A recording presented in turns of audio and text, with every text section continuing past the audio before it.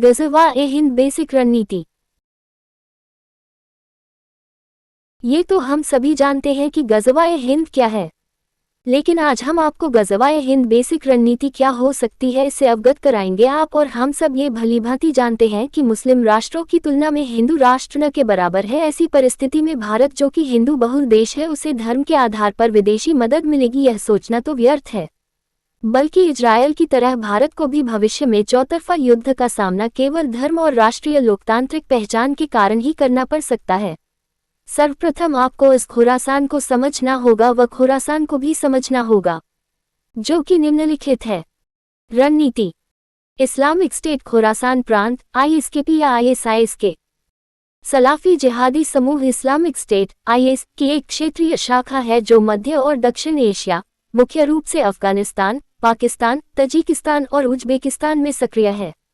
ISIS का उद्देश्य आधुनिक मध्य एशियाई राज्यों को समाहित करने वाले ऐतिहासिक ग्रेटर खुरासान क्षेत्र में वर्तमान सरकारों को अस्थिर करना और उन्हें प्रतिस्थापित करना है, जिसका लक्ष्य इस्लामी शरिया कानून की सख्त व्याख्या के तहत शासित एक खिलाफत की स्थापना करना है, जिसे वे एक विश्वव्यापी इस्लामी राज्य की स्थापना के माध्यम से इस क्षेत्र से परे विस्तारित करने की योजना बना रहे हैं। खुरासान का अर्थ। खुरासान खोरासान एक ऐतिहासिक और भौगोलिक क्षेत्र का नाम है। Idiographic period. शाब्दिक अर्थ। ये एक फारसी शब्द है जिसका अर्थ जहां से सूरज उगता है या सूर्य की भूमि होता है। इसमें ख्वा का अर्थ सूरज और आसान का अर्थ आने वाला, उगने वाला होता है। Idiographic period.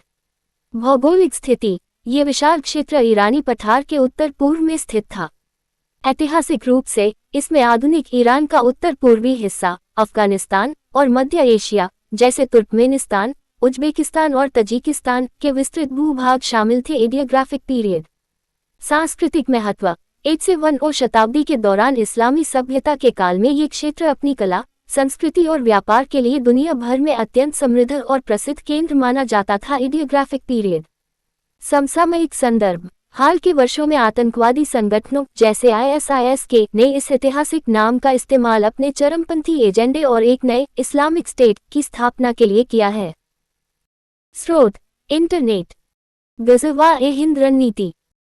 अब आप यह जानते हैं कि आईएस के आखिर है किस बला का नाम तथा आप खुरासान के क्षेत्रीय विस्तार, जो कि मध्य और दक्षिण एशिया, मुख्य रूप से अफगानिस्तान, पाकिस्तान, तजिकिस्तान और उज्बेकिस्तान है, उससे खुद को चैन की सांस लेते हुए भी देख सकते हैं। लेकिन आपको ये जानकर आश्चर्य नहीं होना चाहिए कि आईएसके ने अपनी इस शाखा का विस्तार कर डाला है, जिसका सम्मिलित लक्ष्य ग़ज़वा-ए-हिंद और आईएसके बन चुका है,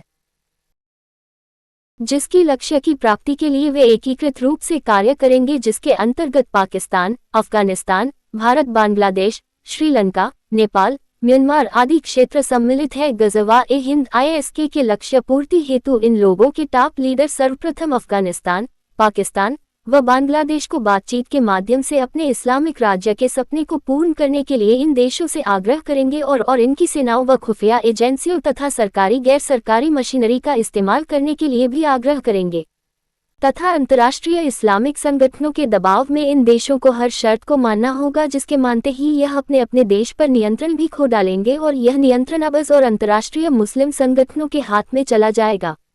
अनुमति मिलते ही भारत, जो कि साउथ एशिया में सबसे ताकतवर राष्ट्र है, उस पर 3 मोर्चों से हमले शुरू हो जाएंगे, जिसमें चीन अपने हथियारों को बेचकर इस ग़ज़वा-ए-हिंद व आईएसके के युद्ध में मुनाफा कमाएगा। इस युद्ध को प्रारंभ होता देख देश के भीतर दशकों से रह रहे इस्लामिक स्टेट के लड़ाके सक्रिय होकर देश के भीतर से युद्ध का बिगुल बजा डालेंगे। साथ ही साथ दशकों से सोए हुए स्लीपर सेल भी एक्टिव होकर ग़ज़वा-ए-हिंद के सपने को साकार करने में लग जाएंगे। हिंदू जो जातियों में बनता है, उनमें से अमीर हिंदू जातियों के अधिकतर लोग देश छोड़कर भाग जाएंगे। इस देश को बचाने के लिए इतनी भयानक परिस्थिति में सेना, छोटी जाति के लोग व गरीब ही आगे आएंगे। फिर भी यदि 1000 दिनों तक भी यह युद्ध चला तो एक न एक दिन भारत कमजोर पड़ेगा। यदि मदद मिली तो ठीक, वरना भारत को एक भयानक परिस्थिति का सामना करना होगा। हम यहाँ युद्ध के परिणाम तक तो नहीं पहुँचेंगे, लेकिन आप और हम युद्ध का परिणाम जानते हैं तथा हम इतना जरूर कहेंगे कि इजरायल से भी खतरनाक परिस्थिति का सामना भारत को करना पड़ सकता है, चाहे वह कुछ भी कर ले।